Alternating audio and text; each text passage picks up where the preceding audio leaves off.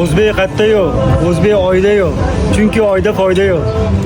O'zbekga nima qiziq? O'zbekga ovqat qiziq. Manti bor ekan. Makroshka, lekin mana bu narsa zo'r ekan. Fitness class. Gruziyada chiroyli bitta ovqatlanadigan joyga keldik. Chiroyli xizmat ko'rsatishyapti. Men bola taniganlar bormi? Bizda. Men bolachi. Черная звезда.